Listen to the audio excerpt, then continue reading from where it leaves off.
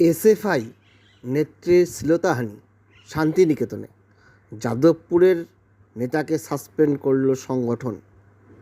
ফের ইংরেজি বিভাগেরই ঘটনা। যাদবপুরের যে নেতার বিরুদ্ধে শ্লীলতাহানির অভিযোগ, তিনি বিশ্ববিদ্যালয়ের ইংরেজি বিভাগের ছাত্র। আবার যিনি অভিযোগ করেছেন তিনিও ইংরেজি বিভাগের।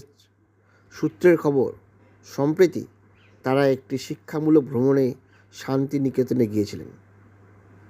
তাহলে অবশ্যই তাদের সহপাঠীদের মধ্যেই যদি শ্লীলতাহানি হয়ে থাকে বা করে থাকে, এর নিরসন কোথায়? এর সমাধান কোথায়?